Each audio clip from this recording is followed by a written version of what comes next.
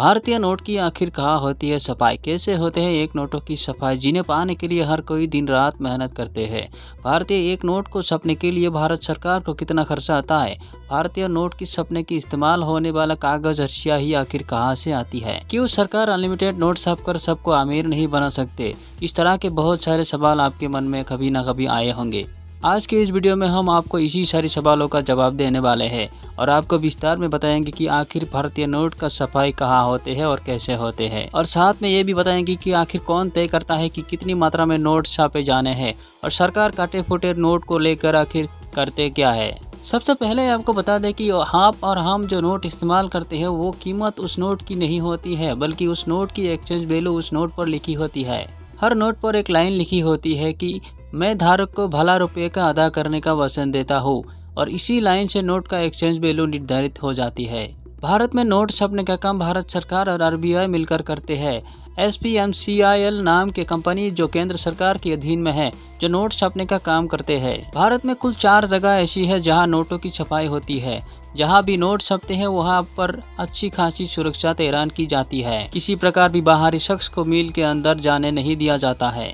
महाराष्ट्र के नासिक, मध्य प्रदेश के देवास, तमिलनाडु के मैसूर और पश्चिम बंगाल के शालवानी में फिलहाल करेंसी प्रिंटिंग प्रेस मौजूद है। सन 1926 में नासिक में पहली बार करेंसी प्रिंटिंग प्रेस मिल का शुरुआत की गई है, जहां पर बस 20 रुपए की नोट छपे जाते हैं। सन 1975 में मध्य प्रदेश के देवास में प्रिंटिंग प्रेस की शुरुआत की गई है, जहां पर आज 10, 50 और 100 के नोट छापे जाते हैं। उसके बाद सन 1999 में मैसूर में और साल 2000 में शालवानी में प्रिंटिंग प्रेस की शुरुआत की थी। फिलहाल देवास में सबसे अधिक संख्या में काम किया जाता है।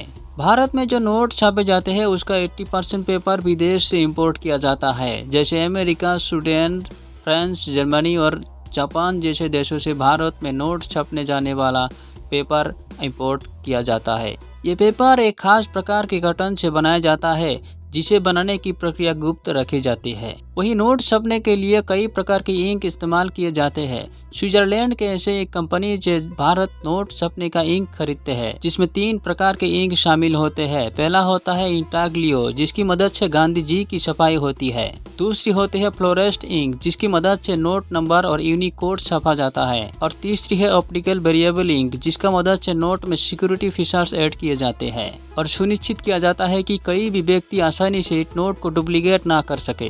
कागज और स्याही का इंपोर्ट करने के बाद इन्हें अलग अलग प्रिंटिंग प्रेस में भेजा जाता है, जहां पर नोटों की छपाई होती है। एक साल में सरकार को नोट छपने के लिए कुल 4 से 4.5 हजार करोड़ का खर्चा आता है। 2000 रुपये का नोट छपने के लिए सरकार को 3 रुपये 50 पैसे के आसपास खर्चा आता है।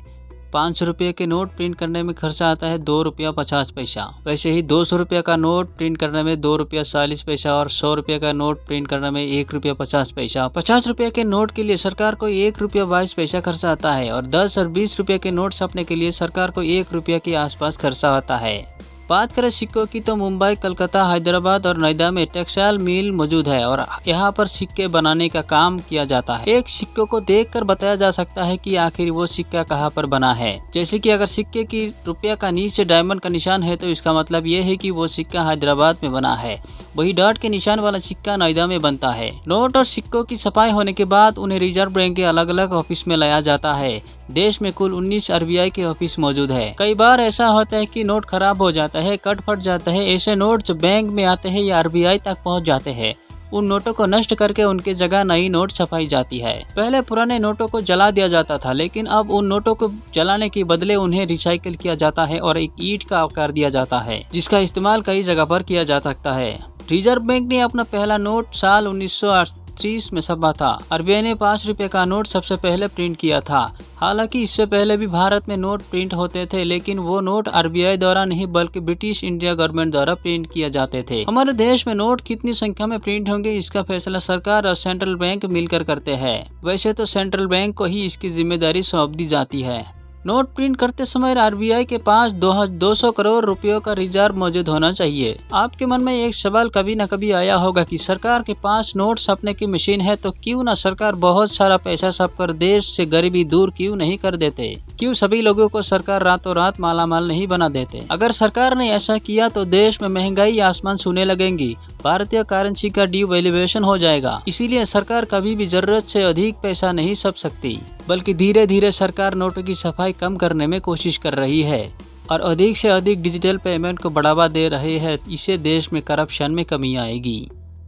दोस्तों, वीडियो कैसा लगा कमेंट करके हमें ज़रूर बताइए। अच्छा लगे तो एक लाइक ज़रूर कीजिए।